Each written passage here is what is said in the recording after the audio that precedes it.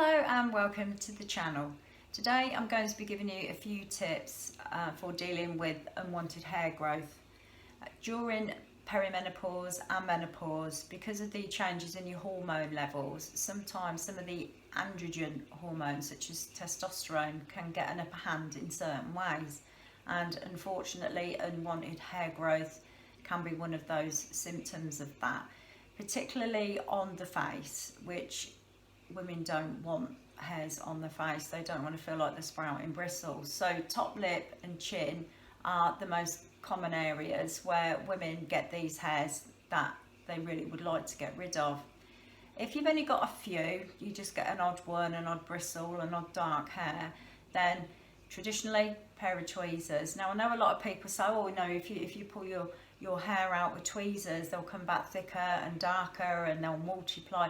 Apparently that isn't the case. I mean, if you think when you pluck your eyebrows and you pluck them regularly, they haven't suddenly gone really bushy. You're still plucking out the hair from the same place as you plucked it out a couple of weeks ago or a month ago, or however often that you do your eyebrows.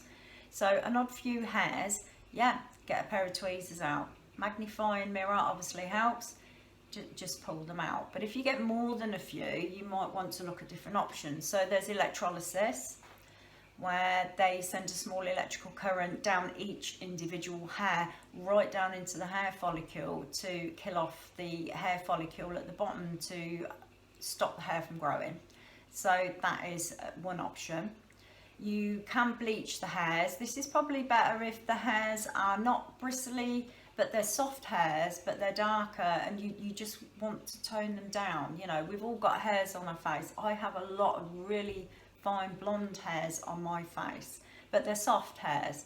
So if I've got a few dark ones, then perhaps bleaching them just to blend them in would be great. They're not bristly, so I probably won't want to pull them out, but I don't want them being dark. So you can try bleaching creams.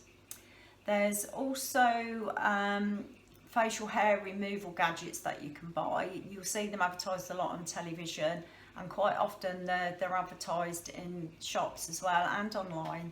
So they use different forms of technology to gently and painlessly remove the hair. They're quite a good idea if you tend to get a lot of excess facial hair that you don't want. They're worth a try. But you do with anything, even like the bleaching cream, or if it's a gadget, always read the instructions. If it says do a patch test to test for sensitivity or how your skin reacts, you really do need to do that, because you can end up with an extremely sore face, and that's obviously going to make you feel even more self-conscious, even probably more than the hair, if you've actually damaged the skin on your face. So always, be careful and follow the instructions. There is also waxing, hair removal. I mean, you tend to think of that as, removing hairs on your legs, really, hair removal, waxing in that way. But you can actually buy ones that are specifically for removing facial hair. Again, do a patch test, follow the instructions, and bear in mind, if you are prone to skin irritation, which a lot of women are at this time of their life, your skin becomes more sensitive, then you do, again, have to be careful.